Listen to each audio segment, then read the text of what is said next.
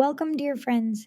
Today's podcast draws its inspiration from the spiritual classic Divine Intimacy, Meditations on the Interior Life for Every Day of the Liturgical Year by Father Gabriel of St. Mary Magdalene, OCD. For more Carmelite resources, visit the General Curia of the Teresian Carmel at discalcedcarmelite.com. Now let us begin our journey into Father Gabriel's profound spiritual insights.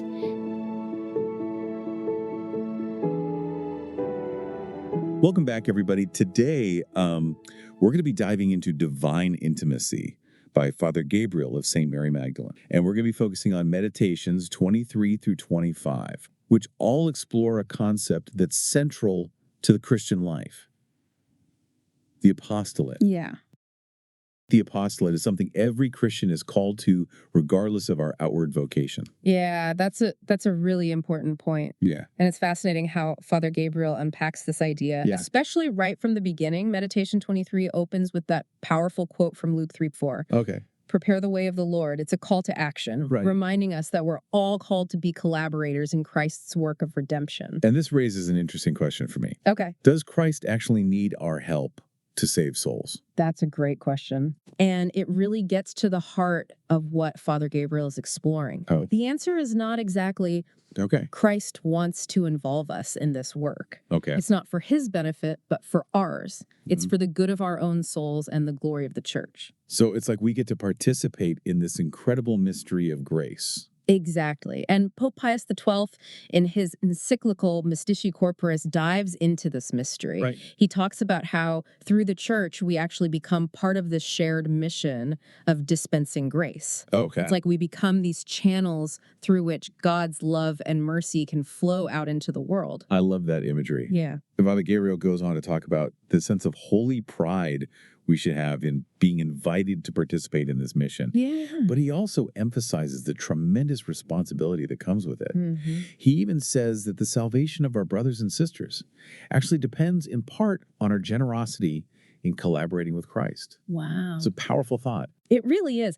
And it's connected to this incredible line in Mystici Corporis that always blows my mind. Yeah. It says the salvation of many souls actually depends on the prayers and actions of others.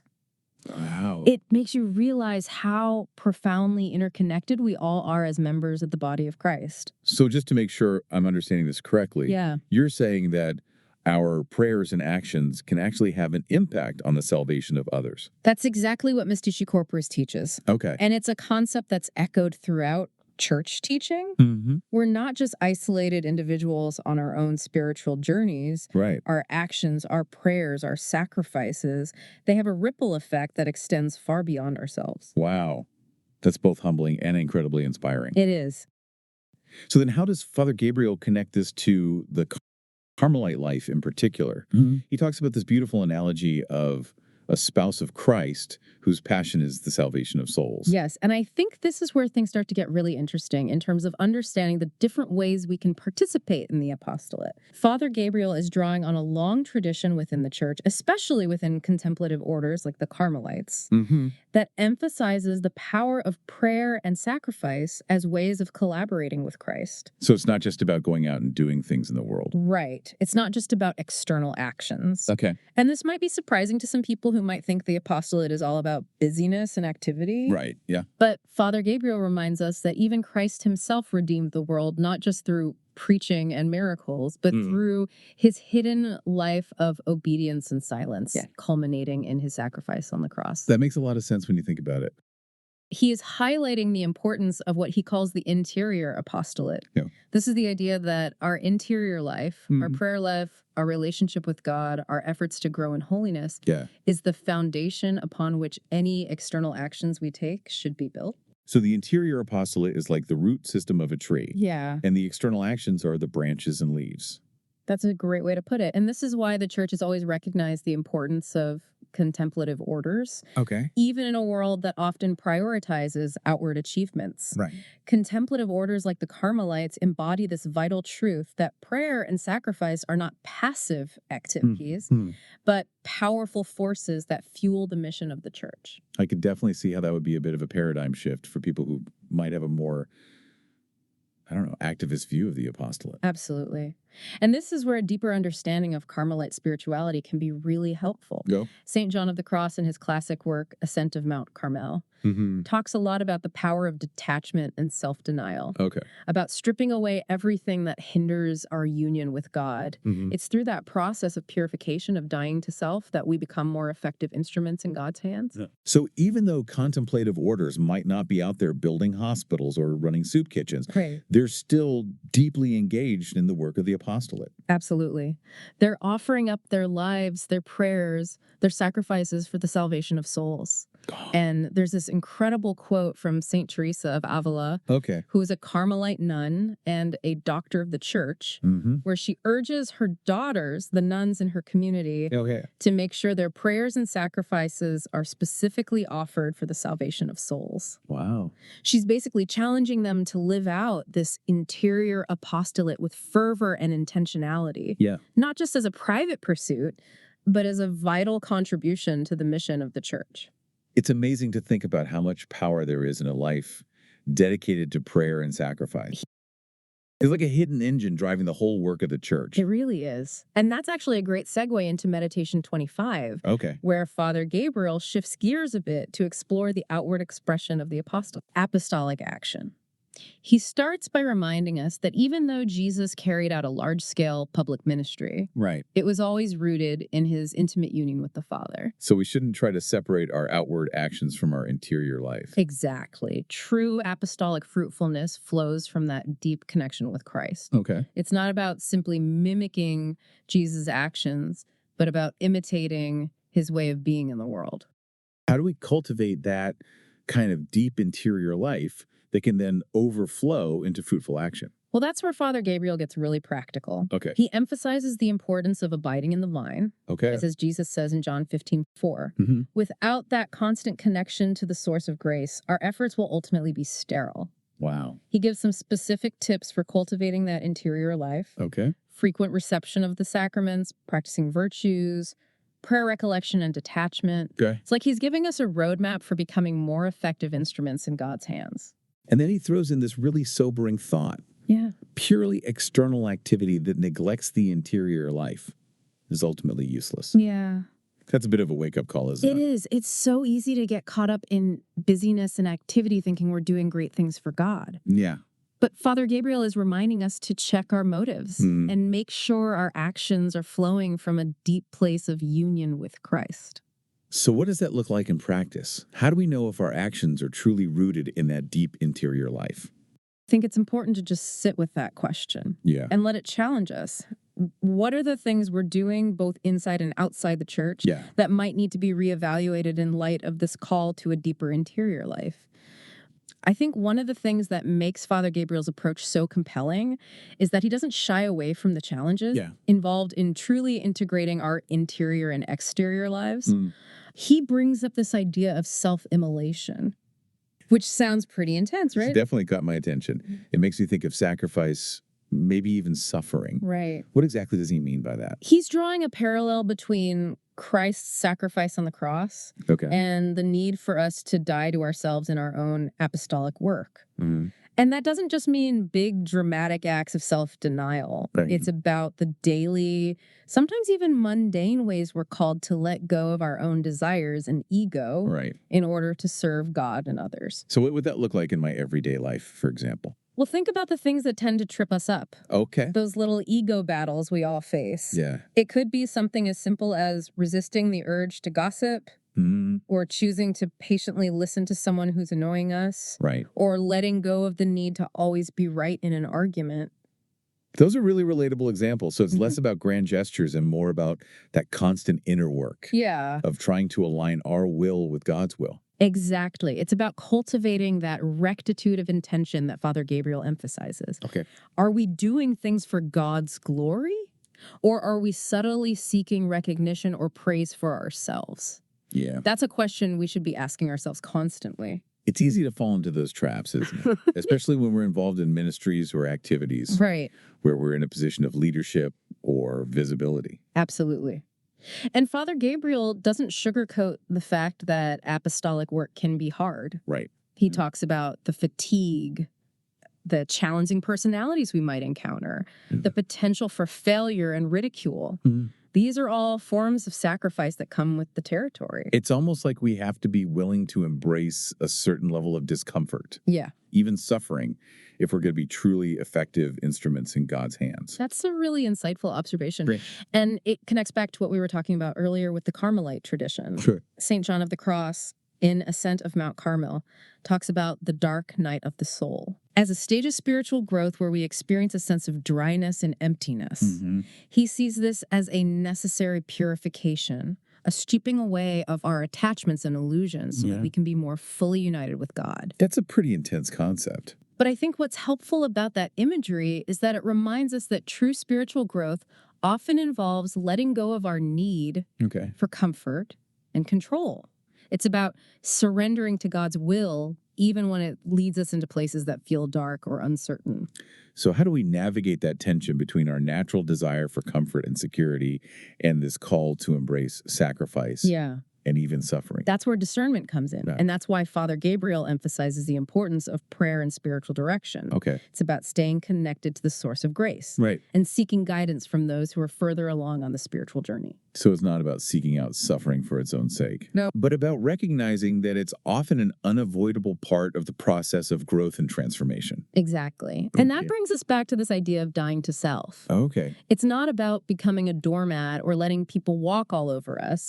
It's about letting go of the ego's need to be in control. To always be right, to always get its way. It's about choosing to put God's will first, even when it costs us something. And Father Gabriel gives some really concrete examples of what that looks like in practice. He does. He talks about letting go of pride and the desire for recognition, being willing to set aside our own opinions and preferences, even resisting the urge to disobey our superiors when we think we know better. Those are tough challenges. But he reminds us that the more we die to ourselves, the more fruitful our apostolic efforts will be.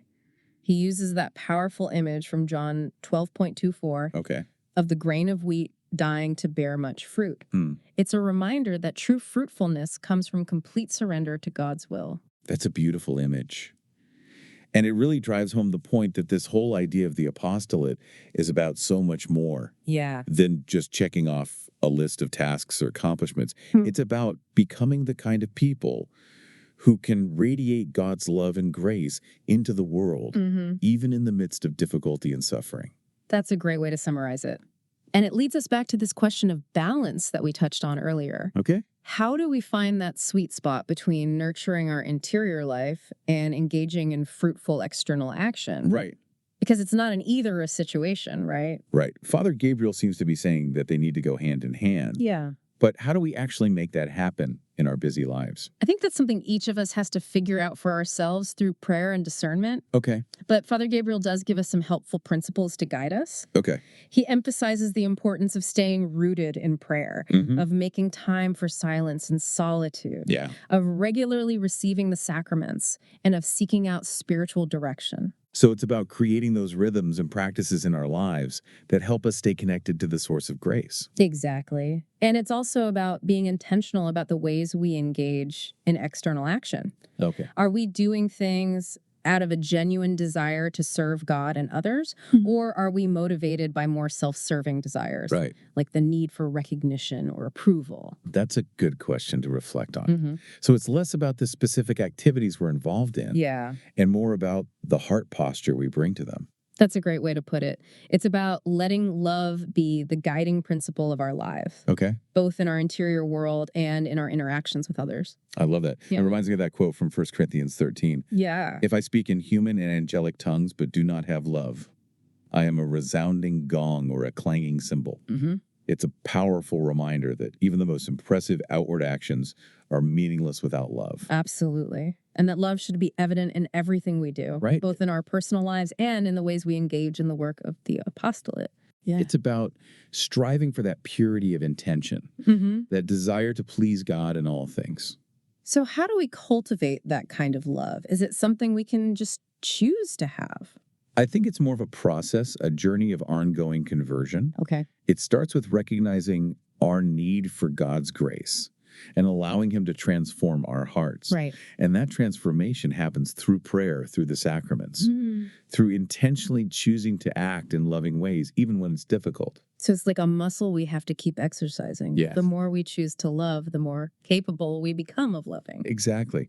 And Father Gabriel reminds us that we're not alone in this journey. Right. We have the grace of God to help us, and we have the support of the entire church, both the living and the dead. It's encouraging to remember that we're part of this communion of saints, this vast network of people who are all striving to grow in holiness and to draw closer to God.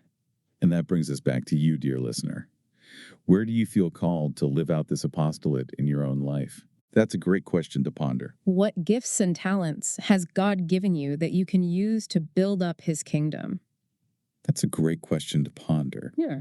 It might be something grand and visible, or it might be something hidden and seemingly insignificant. Right. But whatever it is, do it with love.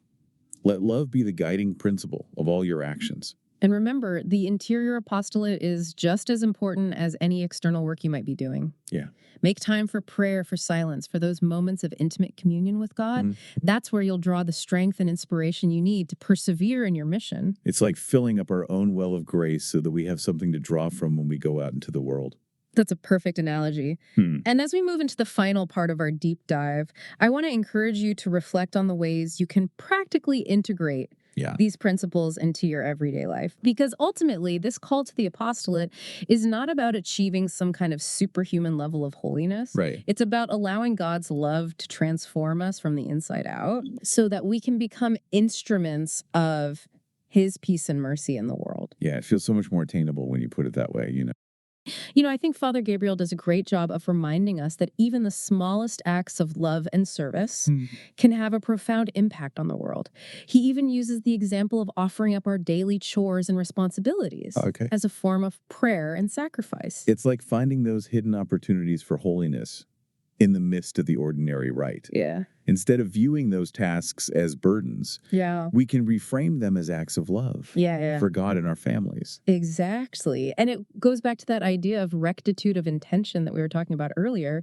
It's about doing everything, even the most mundane things, for the glory of God. Yeah. And that's a powerful shift in perspective, isn't it? It transforms the ordinary into something extraordinary.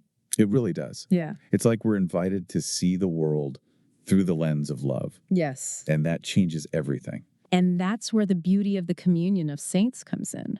Oh. We're not alone in this journey. We have this incredible cloud of witnesses cheering us on, interceding for us, and inspiring us by their example. Think of all the saints who lived out their call to the apostolate in such diverse and amazing ways. It's like we have this whole team of spiritual mentors and guides who have already walked this path. Yes. And are now sharing their wisdom and grace with us. And that brings us back to you, dear listener, as we wrap up this deep dive into the heart of the apostolate. Yeah. What stands out to you the most? What resonates with you at this point in your own journey? That's a great question to reflect on.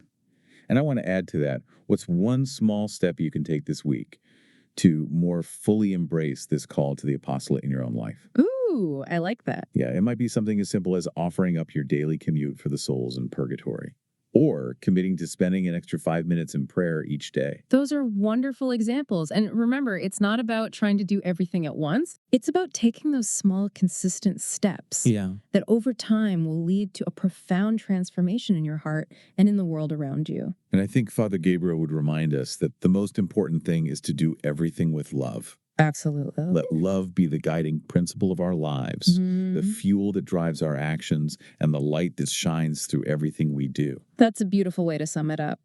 And as we leave you to ponder these things, I want to leave you with one final thought from Father Gabriel that really struck me. Okay. He says, true holiness is not just about avoiding sin.